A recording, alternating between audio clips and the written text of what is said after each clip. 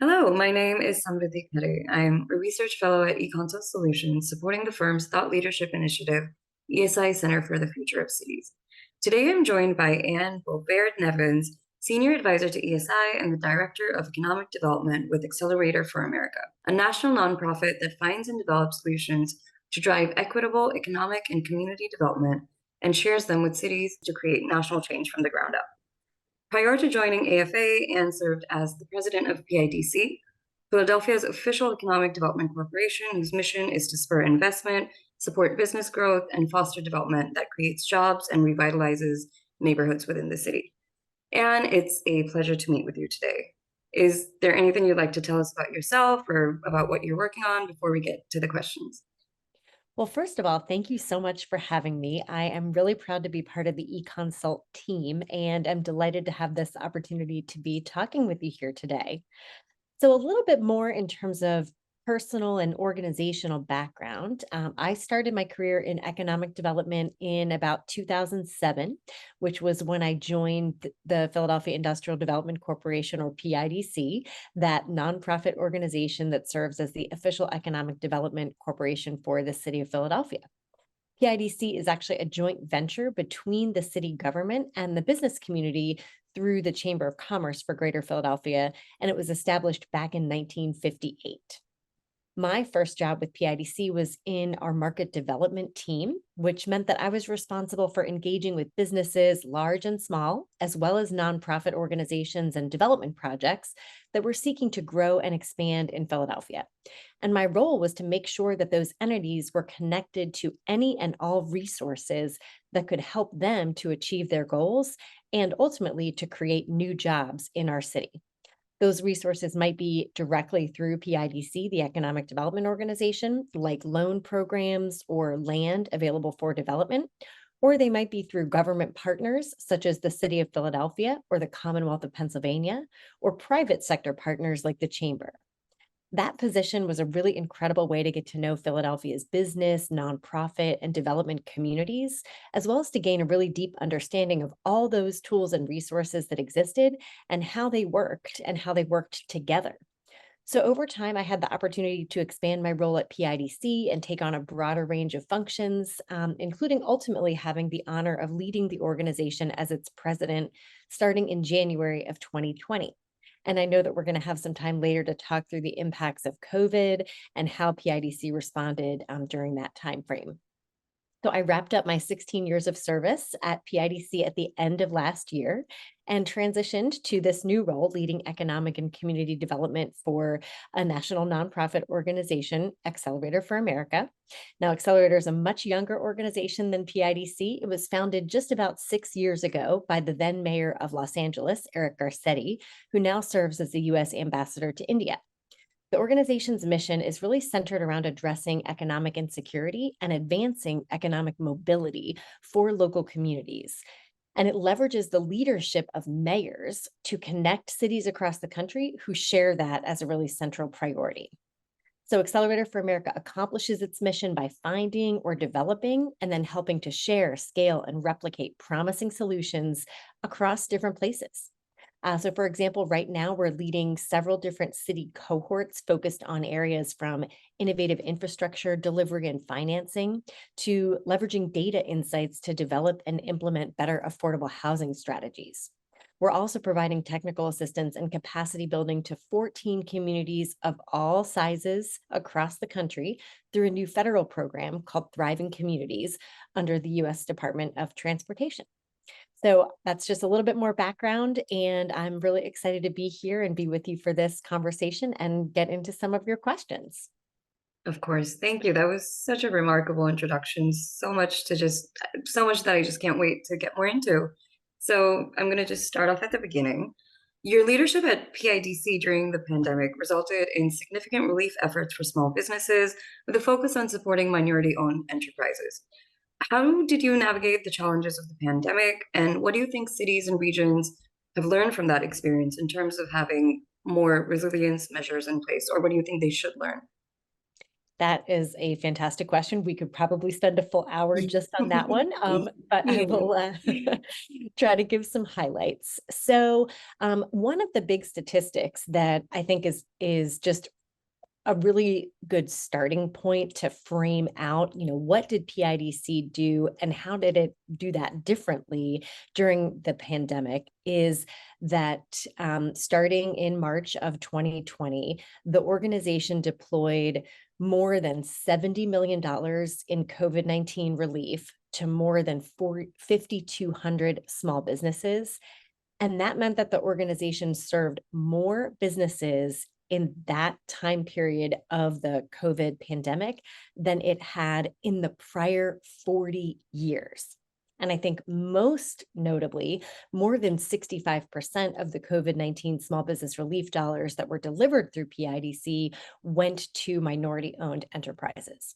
So it was not only an incredible increase in terms of the scale and the reach of the organization, but also who the organization was serving and what exactly was being provided in terms of those capital funds. Most of those dollars were grants, some were loans, but that was just a very intensive time period of trying to do as much as possible, as quickly as possible to get money out the door to the businesses that needed it the most in order to survive. And while, I'm really proud of the work that PIDC, the entire organization really pulled together during that time period. And, every single person on the team just went above and beyond in every way that they were asked to. But I think, what the reason that that was so critical and the reason that that had to be done in such an intensive way was because of so many of the gaps and challenges that small businesses and particularly Black and Brown owned businesses and businesses owned by low income people in our communities were already facing when we got into the pandemic.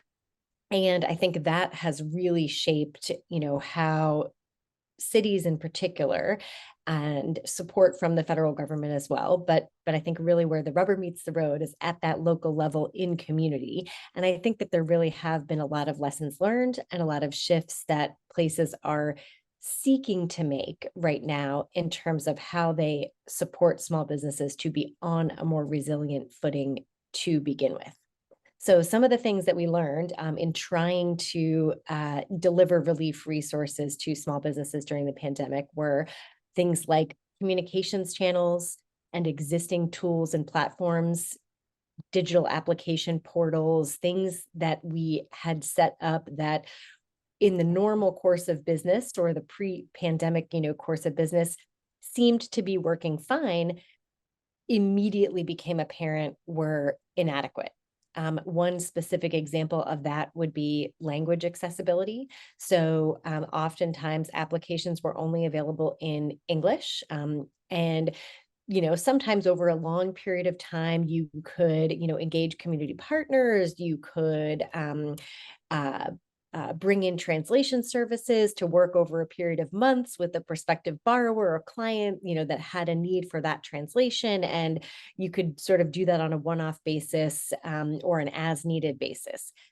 At the time of the pandemic, people didn't have time to wait for that. And also the services that you would have been trying to contract for at that time were being pulled in a million different directions all at once. And so it became very clear that things like, loan applications or grant applications need to be available to community members in their native language as readily as they are in English. But then you also have to have the people on the team who are able to intake those and then move those forward once the information comes in. And that's a really key role, I think, working between economic development organizations or other types of financial intermediaries and community-based organizations that are working on the ground with business owners to try to help them access resources. So, that was one, I think, lesson learned. And one of the things that PIDC did in that regard was immediately, start to figure out how can we get materials translated more quickly? How can we get information, even just the websites that were directing people to what pandemic relief resources were available? Many different organizations, companies, et cetera, were putting out relief programs, and we were trying to centralize the access to that information. And so, the quick solution was using something like Google Translate to make it available in multiple languages. But for something like a loan application or a grant application that is more nuanced and more complex in terms of the text, and you really want to get that right, that was something that really took more time.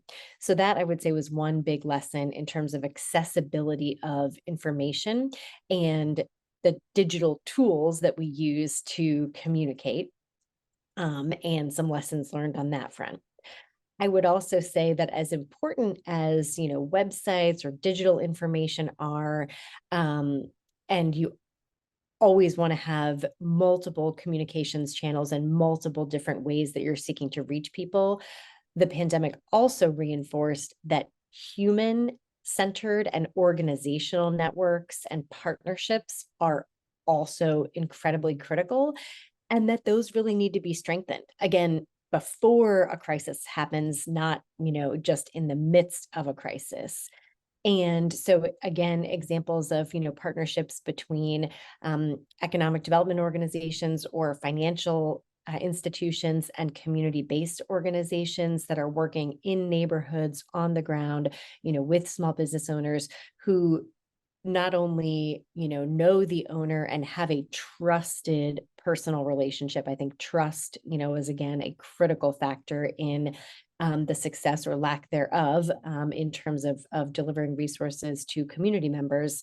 They have that trusted relationship, and what they also have is that person's cell phone, and that was a channel that became incredibly important in the networks where those connections existed. And there became, different groups that emerged, that started really as either, group text chains or WhatsApp, kind of groups that expanded over time. And even ultimately, one example of the Professional Image Alliance of Pennsylvania that ultimately became its own organization, having started as an informal network of beauty salon and barbershop owners who knew one another and were trying to create channels to access as much information as they possibly could, up for resources that were being made available to small business owners. So again, the importance of the human-centered and trusted networks and connections was another big lesson. And then I think also the notion that the other types of gaps that exist, whether that's generational wealth gaps in communities of color that exist because of past discrimination and current discrimination, and intentionally being kept out of prior opportunities for wealth building through home ownership or various other means, um, essentially has people starting on a different footing from uh, things like capital access to start a business or to dip into reserves when there is some type of an emergency, on the business front.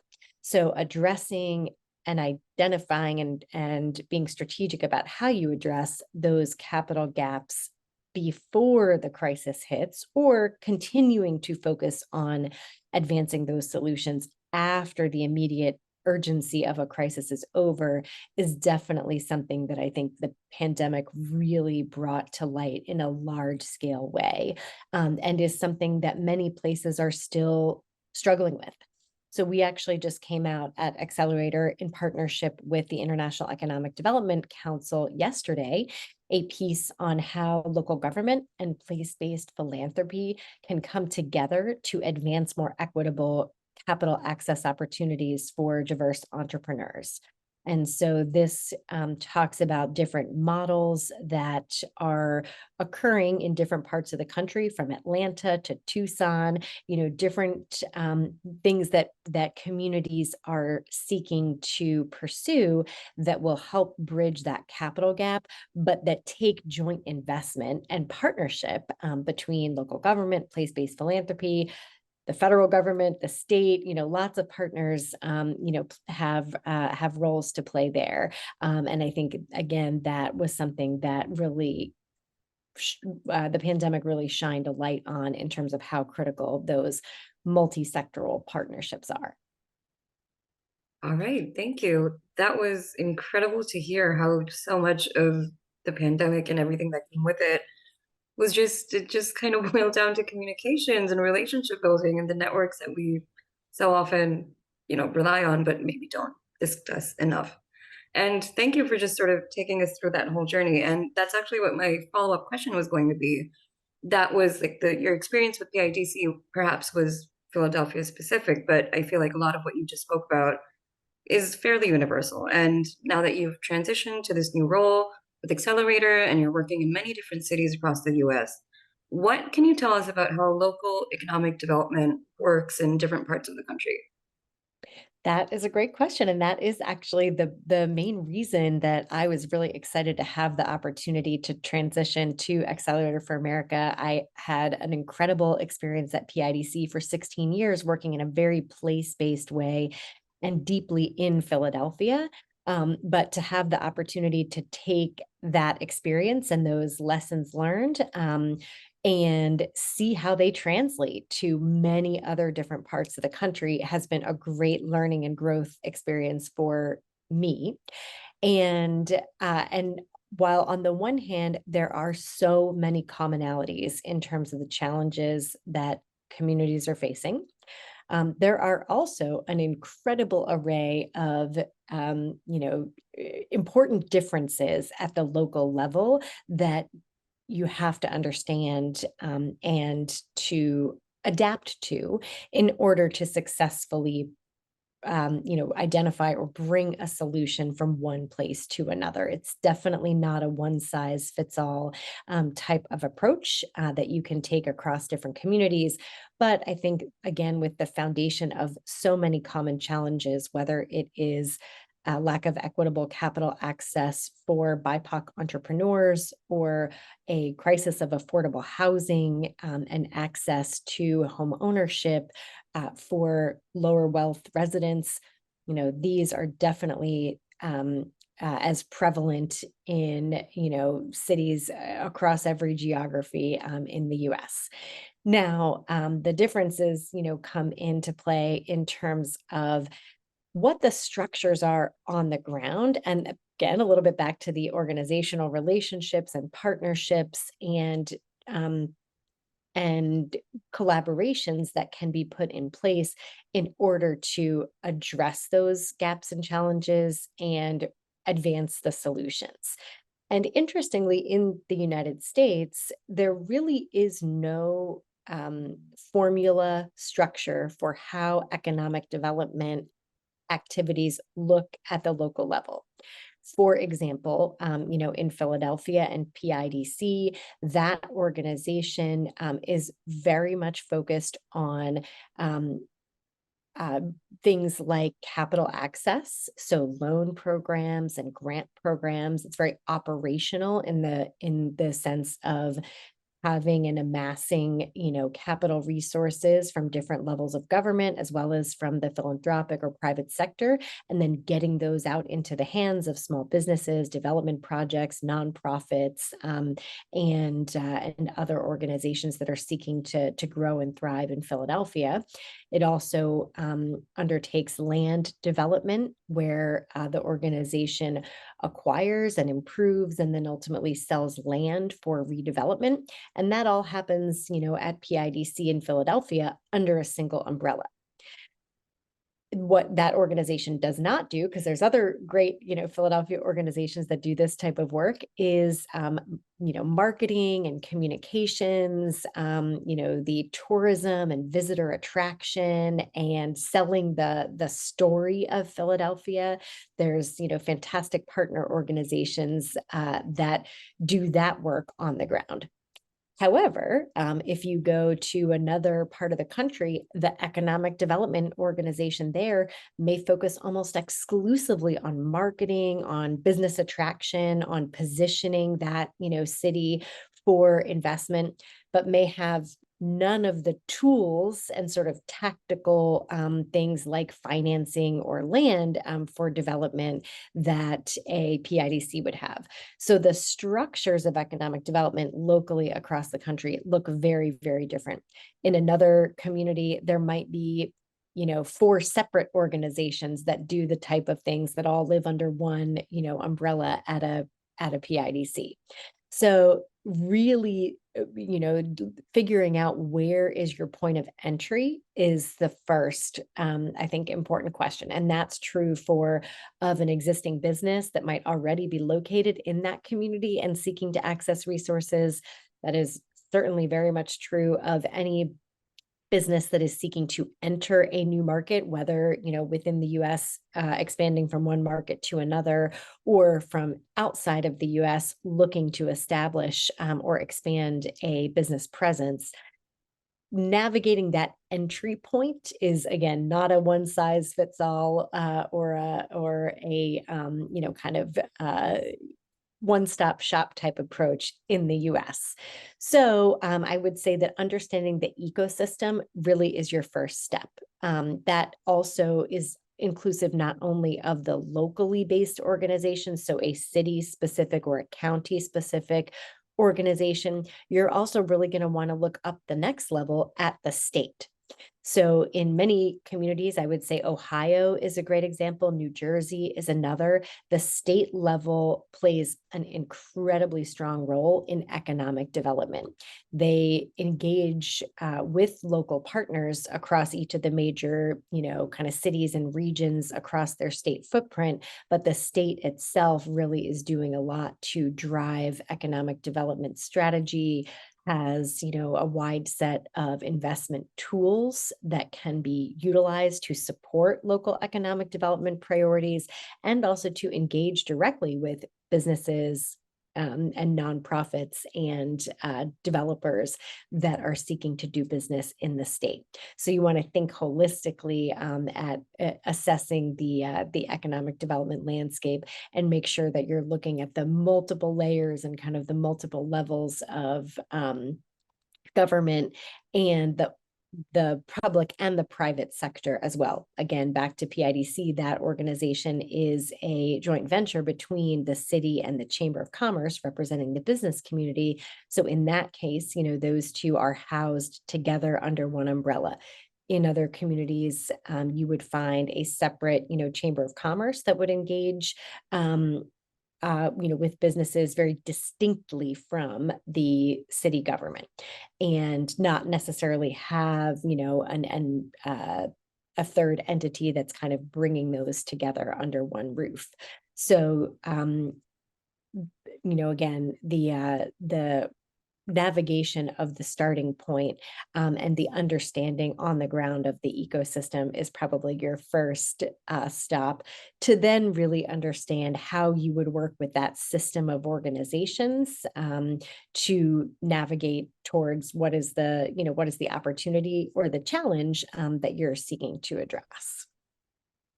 Okay. I really like the way you organize the sort of relationship between cities, public-private organizations, and then economic development organizations. I feel like parts of what you said were talking about how economic development organizations essentially work like a bridge or an intermediary between maybe private organizations within the city, community-based organizations, and then the city government at large. Um, do you want to talk a little bit more about that? What do you mean, and what do you think are some other examples from work of just like this structure being in place? Absolutely. Well, I love that you use the word intermediary, because I think that that is definitely a key role that economic development organizations play locally. So when you find that right starting point and when you find that right, entryway into a local community, it's often going to be some form of an economic development organization that takes on the role of intermediary or bridge or gap filler, whatever you want to call it, to really make the connection between a business, a project, an opportunity, and the resources that it may need to be successful in that place. So one definition of intermediary is, organizations that are vested with responsibilities to take on a range of functions in support of initiatives and partners and places. And so I think that that's very apt in terms of the description of the role of an economic development organization that brings everything from knowledge and connections, networks, their own subject matter expertise, and resources, very tangible resources, often in terms of, again, land, financing, incentives, all sorts of different, tools that can be brought to bear to support a project or an activity.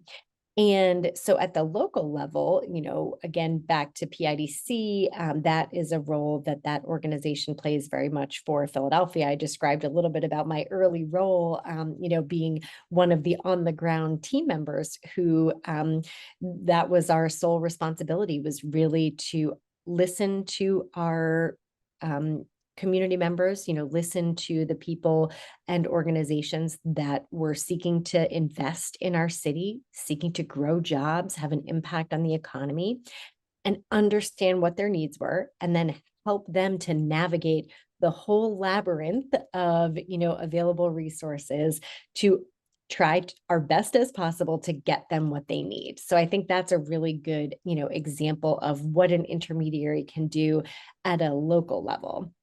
And then when you sort of pull that up, and I've had the, experience now 10 months or so into my work at Accelerator for America to see how that can work across multiple cities and at a national level. And I think that one of the really impactful things that Accelerator for America does as another type of intermediary is to connect groups of cities with resources and capacity that they otherwise wouldn't have, and to also do it in a way that brings those cities together so that they can learn from one another. I think a really good example of the way that we're doing that right now is through a partnership with a government technology firm called Ptolemy. So this is a company that works with municipalities and counties across the country on a wide range of services around data analytics.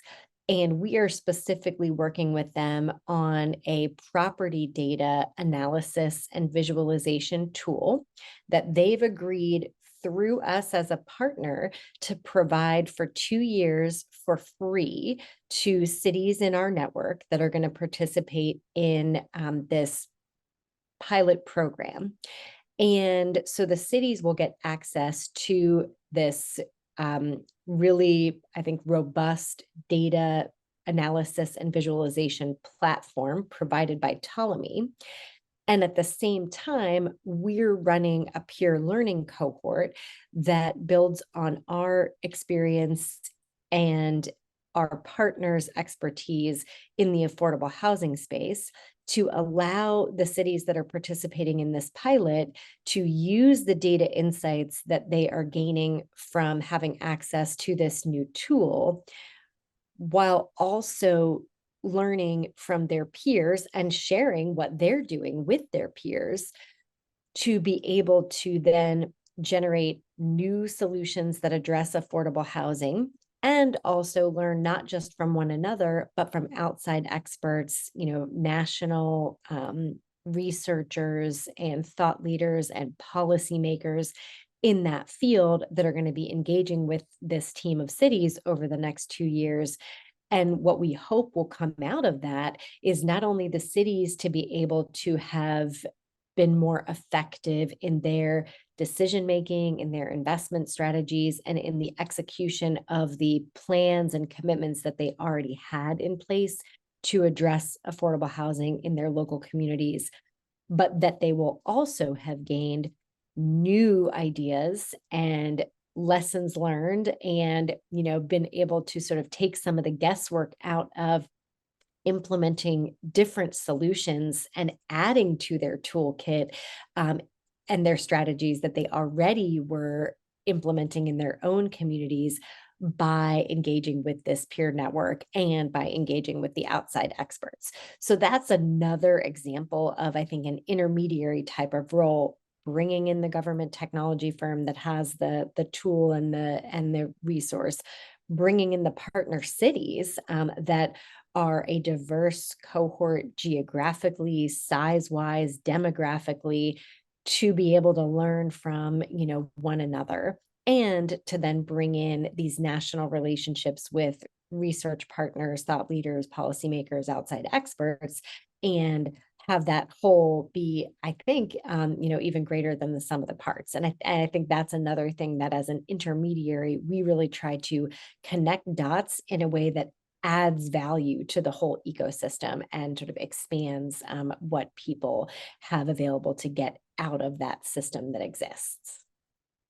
I'm so glad you chose that option with the data and spatial analytics because I feel like that is so much of what I do here with the Center for Future Cities. It's really incredible to see how it's positioned in practice, and especially the peer learning mentor network you were describing. That sounds like a very efficient way to sort of go about, upskilling the team that you have.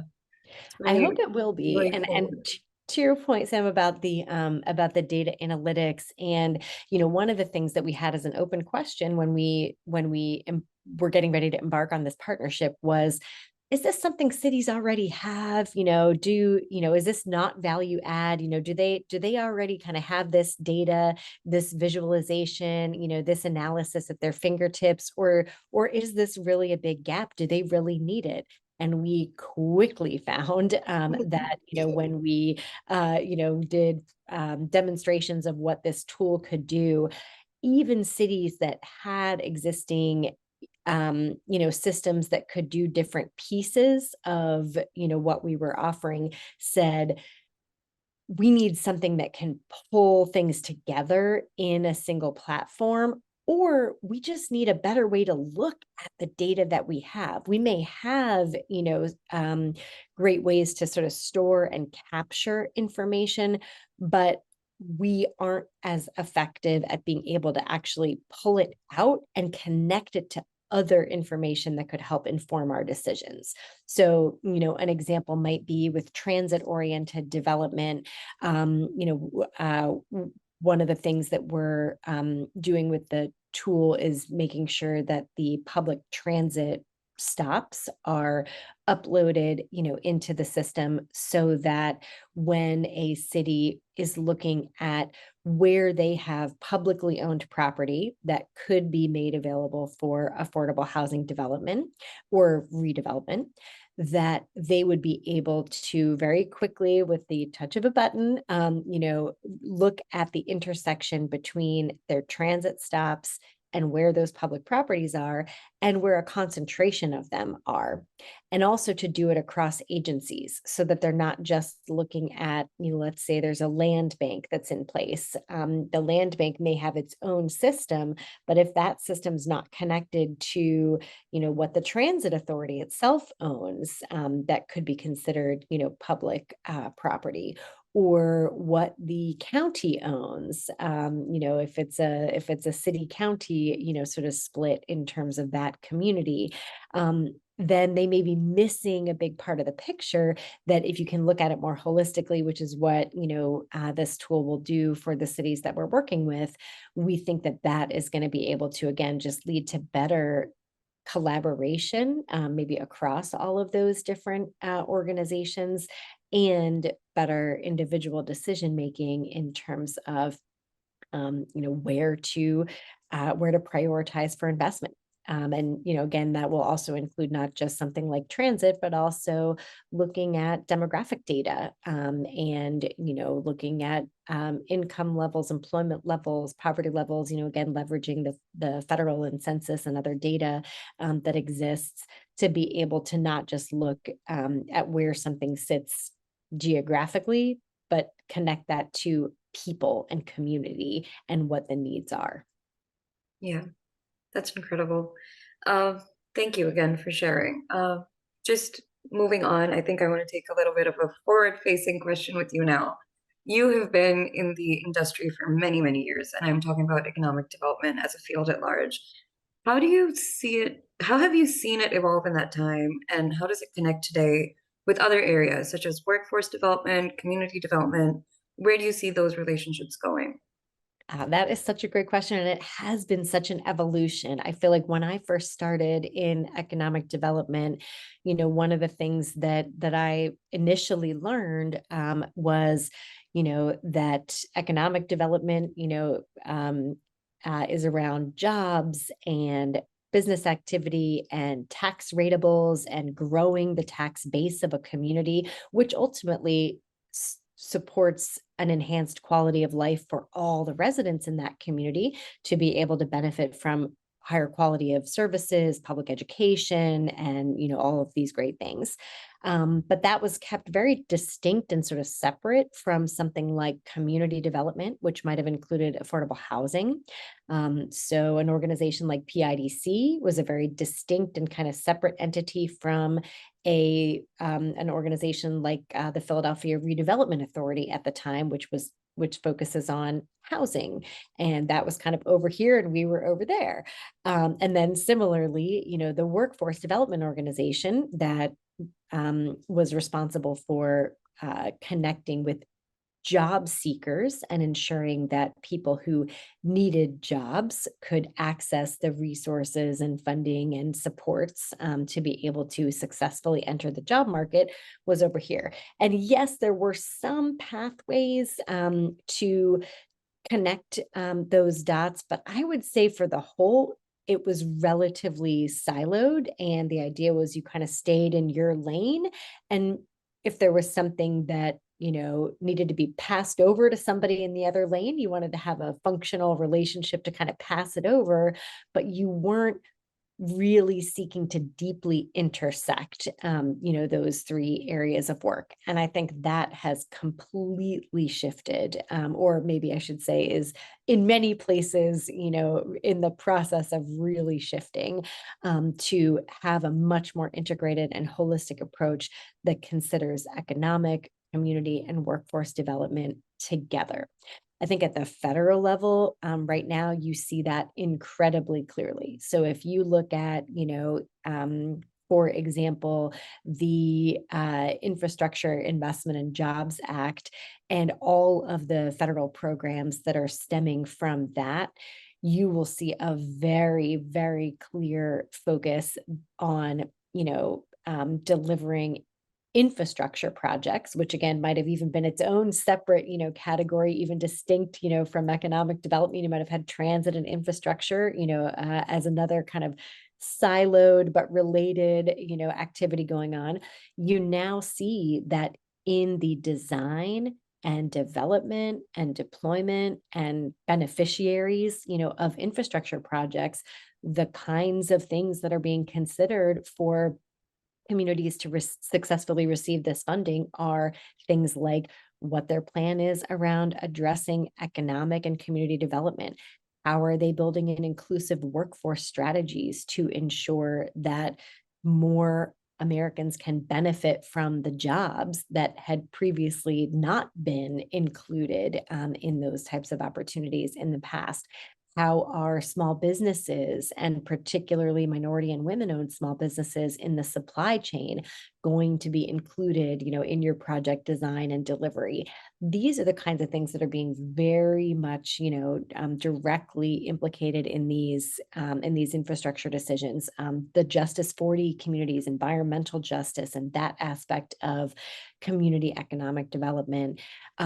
Again, is really at the forefront. So I think you see it very, very clearly at the federal level. And then you can definitely see it emerging in many communities at the local level, as well as local leaders. And I think, particularly mayors and their teams, they see on the ground that you can't separate these things. Their constituents, their residents, they don't separate these things because they are, very much holistic when it comes to impact in a person's life or impact, in a community. And so that I think is very evident in the work that we're doing at Accelerator for America under the Thriving Communities program that I mentioned, which is a technical assistance and capacity building program of the Department of Transportation. So in that program, communities across the country apply for this TA and capacity building in order to be more successful at accessing federal resources for transportation and infrastructure or transit-oriented development activity in their communities, but to do so with a specific focus around equity. And in order to even apply, communities were required to engage community partners. So whether you're a city or a county or the transit agency, you had to come into this application process with community partners by your side, to really think through those aspects of how is this infrastructure project or this transit oriented development going to have broader positive implications in our community, addressing small business growth, addressing affordable housing, addressing the risk of displacement that community members may be facing, and also to address and seek to repair past harms that have been caused where racial discrimination and other past practices that drove where transportation investments were made and how they were done, and in many cases bisecting what were thriving Black communities in cities across the country that then suffered from many decades of disinvestment due to these prior transportation projects. How are you going to be looking at new opportunities to repair, reconnect, and seek to prioritize the interests of the community members that have previously been impacted by those decisions? So, again, that's just, I think, another example where it's really coming to ground, and you're seeing much more of a close intersection between how you think about economic development, transit and infrastructure, workforce development, and community development and affordable housing, all in a much more holistic way. And I certainly would think that would continue into the future as well. Yeah, thank you. Thank you for that answer. Thank you for talking about your work and just the sort of community informed lens that you're bringing to everything you do. It's almost reassuring to hear that people like you are in charge of making these decisions and projects and putting things together. Just incredible, incredible to hear about. I think for our final question, I'm just going to rope us back into where we started, talking a little bit more about climate resilience or urban resilience. So here at ESI, we've been in the process of producing a climate resilience index. And through that opportunity, you offered to share an on-ground perspective with us about urban resilience in Tampa, Florida. Um, what do you think are some of the climate threats that Tampa is faced with? How or what is the city doing towards building that resilience? Or if you have any specific anecdotes, examples you'd like to talk to us about, that would be great. Absolutely. And I guess I should first say that even though, I had spent many years in Philadelphia as a practitioner, as part of, my transition and joining Accelerator for America, the other big change for our family was relocating close to some of our family members who were down here in the Tampa Bay area. And in making that move and making that transition, we really thought a lot about the impacts of climate change and climate induced disasters from a personal level. And since we moved to this area, we've seen now two major hurricanes last year and this year, impacting the community. And that frequency and that activity only, is projected to increase. And so one of the things that I think Tampa and Mayor Castor, who is actually an Accelerator for America Advisory Council member, has been really focused on is that word that you talked about in the beginning, resilience. And so they've actually created a Resilient Tampa plan that really looks from four different dimensions at what needs to take place in this community in order to be more resilient, not just physically resilient in terms of the climate aspects that impact our shorelines or building stock, but really also thinking about resilience in that broader sense, bringing it back to some of the kinds of things that we talked about with respect to the impacts of the pandemic, and exacerbating existing inequities, and leading to, a much greater light on the challenges that exist even in the absence of a pandemic or even in the absence of a climate induced disaster. We still have, inequities, and challenges that should be addressed foundationally, and that certainly are critical to address in the face of what we know will be increasing impacts of crises like hurricanes. And so one of those aspects that's really critical here in Tampa is around housing affordability. And so that actually, Tampa is also participating in the cohort that I mentioned with our data analytics tool. And they are going to be utilizing that to advance the strategies that they have been developing around making homeownership and housing more affordable and accessible for Tampa residents in the face of growth. So this is sort of the double-edged sword from an economic development perspective. On the one hand, you see population growth, business growth, economic growth, real estate development.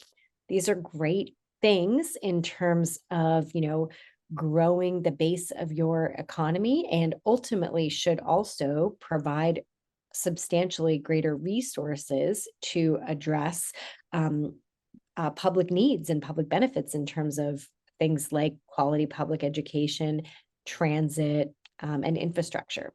However, at the individual level, Tampa is a very high growth market, and it's been one of the fastest growing markets in the country in terms of housing prices and rental increases. So that hits people immediately. That hits people today. The long-term benefits of growth are really important, and I would never say that that's not going to be hopefully a good thing, in the long run. But in the immediate term, you also have to be able to come up with the tools and resources to address the needs that people have today. And so, with respect to housing affordability as part of the notion of how the community remains resilient, and again, particularly in the face of, the risks of climate change, one of the things that the city has committed to and that they have recently expanded is a program that's called Dare to Own the Dream. And that is a program that provides up to now $40,000. It was 30, and they've increased it to $40,000 for income eligible first time home buyers. And this is intended to support Tampa residents, maybe they're renters currently, in achieving the dream of homeownership and addressing the wealth gap by providing that grant funding to ensure that they don't have to fully come out of pocket for that down payment and for those closing costs and for the things that could otherwise create insurmountable barriers to moving from, renter to home ownership and having the opportunity to build those assets. So that's one of the elements of the affordable housing strategy here in Tampa that is part of that overall resilience plan. And in terms of the sort of big picture goals, and again, this is one of the things that we're going to be helping with through our partnership on the data side with Ptolemy, is trying to get to, a goal of ultimately 10,000 affordable housing units in the city by 2027. And the city is well on its way to that, which is great. But I think as they're well on their way, the needs are also growing. And one of the other factors that Accelerator for America is taking a look at now, kind of at the national level, is around the intersection of um, climate induced disasters and insurability, and how that sort of comes home to roost at the local level, and what can be done in states or local communities and cities to try to address this for their residents. There's a recent report that came out from an organization called the First Street Foundation, which is a nonprofit research and technology group that quantifies and communicates climate risk in the US. And they have found that there is, due to the increasing risk of wildfires, wind, and flood, tens of millions of properties across the US that may both face either unsustainable increases in the rates of their homeowners insurance cost or non-renewal. And that when that starts to get factored in to the real estate market, that there could be a very substantial loss of value for those individual homeowners, and ultimately for those local tax bases that in many cases rely very heavily on property tax to sustain services.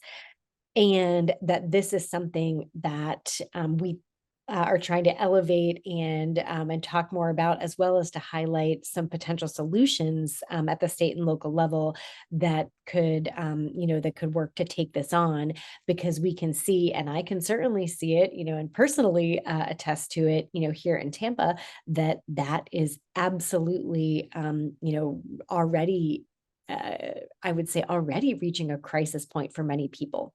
So at the same time as we're trying to increase the affordability of home ownership and accessibility of that as a wealth building and wealth creation tool, particularly for those who have been locked out of prior opportunities, we are also facing this looming, issue around insurability that could ultimately have a really detrimental impact on the value of these assets, just at the time that we're trying to seek to make those more accessible.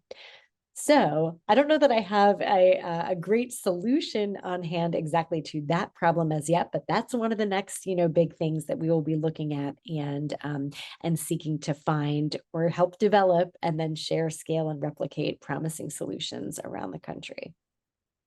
Thank you so much for sharing that. It actually gives us a lot to sort of dig deeper into. A lot of the indices you mentioned, they seem like they would be very valuable additions to our ongoing research. So thank you. Um, this has been a great conversation. I would love to do a part two. I think there is so much that we have to learn from you. And we really appreciate you taking out the time to speak with us today. All of your insights were incredible. And just thank you once again for agreeing to be a part of this. Well, thank you Um, so much for having me. I'm thrilled to be a part of the extended eConsult team. I love, what you all are doing. I'm very excited about, the Climate Resilience Index work that you referenced, and I look forward to, seeing more of that and being able to incorporate more of that into our work too. So I see this as a very mutually beneficial partnership, and really appreciate you having me. Thank you. Thank you so much. Sounds good. Okay. Thanks a lot. Yeah, have a great day. For those who are interested in learning more about Accelerator for America, please visit www.acceleratorforamerica.org. And to learn more about eConsult Solutions, ESI Center for the Future of Cities, and our Climate Resilience Index, please visit www.econsultsolutions.com.